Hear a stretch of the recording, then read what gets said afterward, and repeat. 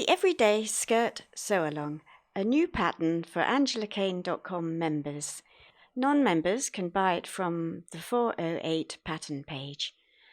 This pattern comprises just 6 pieces: the pocket flap, the pocket bag, cut 4 of these, a standard 1-inch wide waistband, and 3 skirt panels, the front, which is cut on the fold, the side panel, and the back panel. This is another gorgeous length that I have had for many years.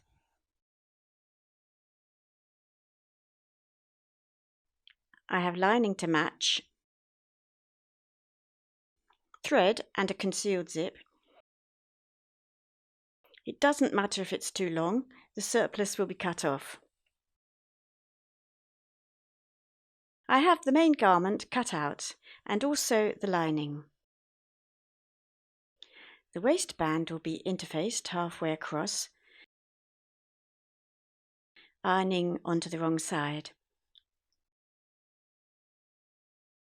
The pocket flaps will also be interfaced. The same skirt pieces are used for the lining. You need not mark these tailor tacks, as the lining and main fabric are treated as one.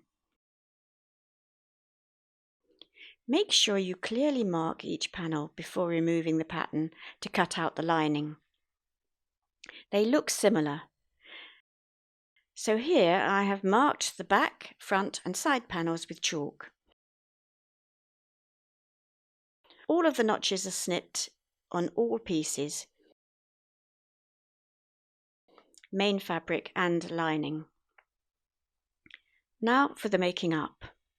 The pocket flaps and the waistband have been interfaced. I have pressed in the fold along the waistband length. This makes it easier when we attach it to the skirt. I have added interfacing to support the pocket. This needs to extend over the small dots that mark the pocket opening. Next, we prepare the pocket flaps. Fold right sides together, stitch the ends, trim and mitre the corners, turn through and press.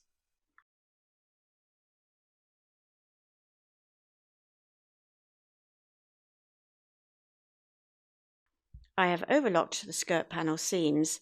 It's a matter of choice for lined garments, but this corduroy molts a lot of little bits.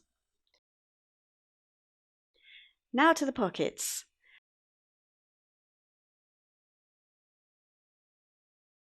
Line up the flaps with the small dots. Raw edges together. Pin and baste in position.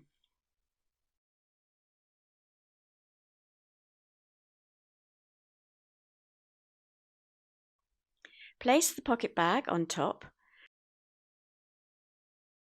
Line up the edges and the notch. Pin, baste and stitch in place along the stitching line. Do the same with the other side.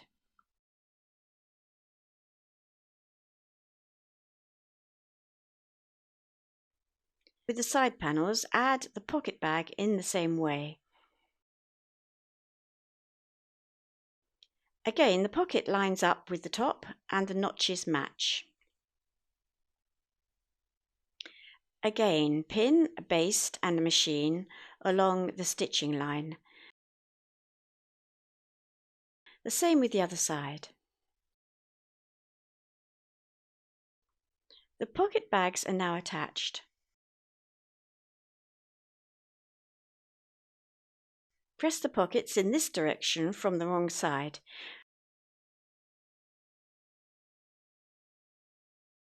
We will then join the side panels to the front, stitching around the pocket bags. Stitch down the side seam to the dot where the flap begins. Pivot and stitch across to the seam line and then around the pocket, continuing up to the other dot, just below the flap. Pivot stitching and continue down the seam to the hem. Make sure you stitch accurately here. just a fraction to the side of the previous stitching.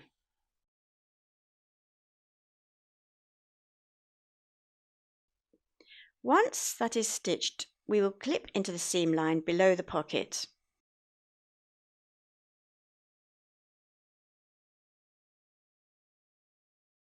Then press the pocket and the flap like so. You can see how this works. The pocket bag is beneath the front panel and the flap extends towards the side panel.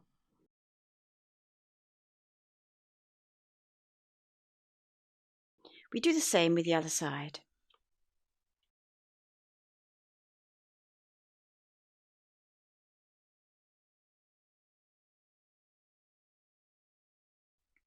I just want to point out a feature of this pocket bag.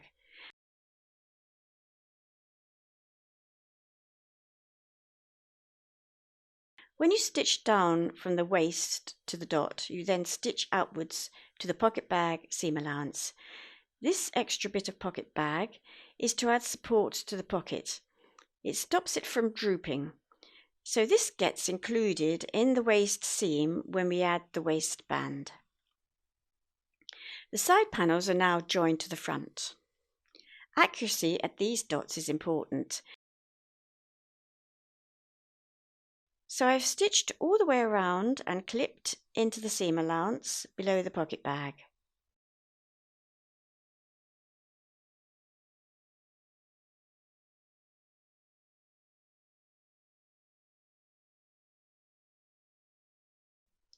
Press the seam open below the pocket.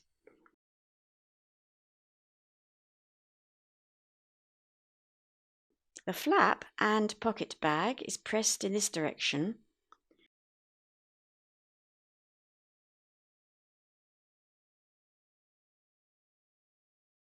Looking from the wrong side. Press lightly. You don't want the pocket to make an impression on the right side.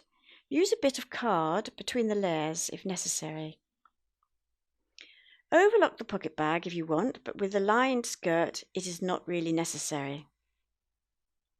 The pockets are looking good and the seam is nicely pressed. Sometimes you need to take extra care with pressing pile fabrics like corduroy or velvet. You can press over a pin board. If not, a coarse towel works well. This particular corduroy is very forgiving. I have just used a light touch. So the pockets are pressed towards the front and the seams pressed open. Now for the backs.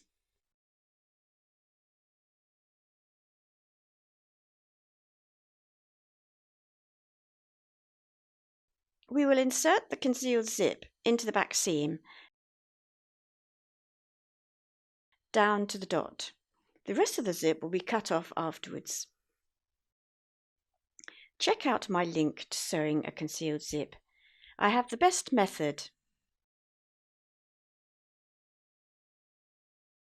When that is sewn in, we will complete the back seam below the zip.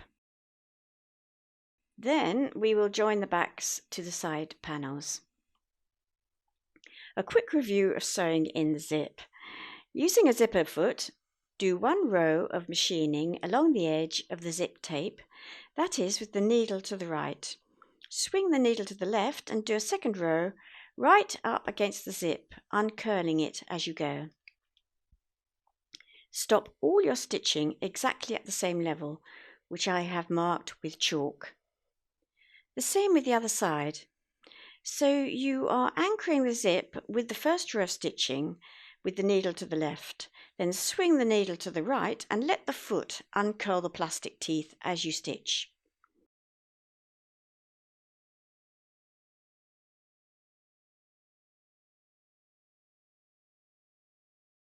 Close the zip.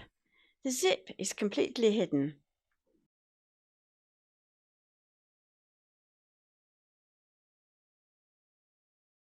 Finish by cutting off the surplus zip about 2 inches or 5 centimeters below the stitching. Machine the remainder of the centre back seam down to the hem. You may find it helpful to use the zipper foot to get in close to the end of the zip.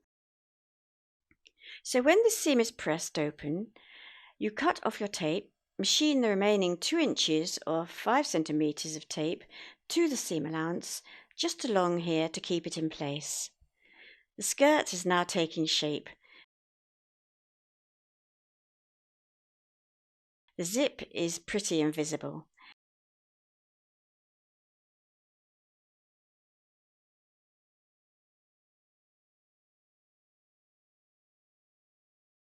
The panel seams are all looking good. The next job is to construct the lining. That's pretty easy.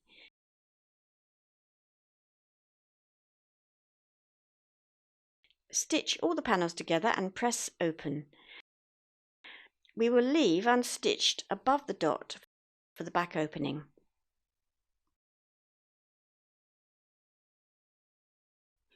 The lining is ready. I have folded in and basted the seam allowance of the back opening. Don't press. We will be slip stitching this to the zipper tape. It's much easier to slip stitch an unpressed folded edge. I have machine basted the lining to the main garment all the way around the waist, matching up the seams. If you haven't already done so, cut off a 1/2 inch or 1 centimetre from the lining hem.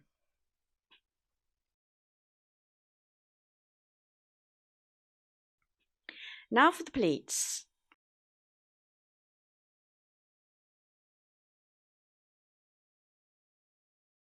For these soft, informal pleats, I have given each just 2 dots to match.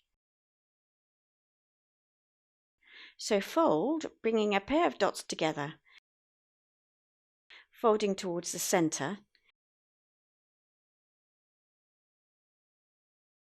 Keep the edges lined up. Pin in place. The same with the second pleat. These are very easy going pleats, so as long as you get these edges lined up, they will be fine.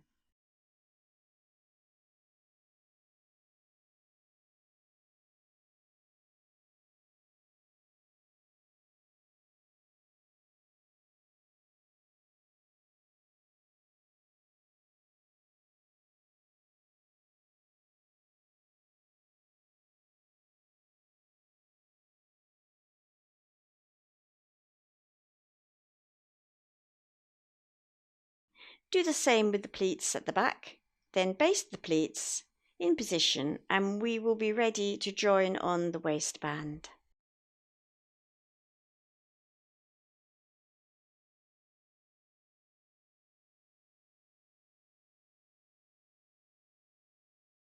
We are now ready to join on the waistband. If you would like to make up this skirt, visit my site angelakane.com. The pattern is drafted in UK sizes 6 to 22.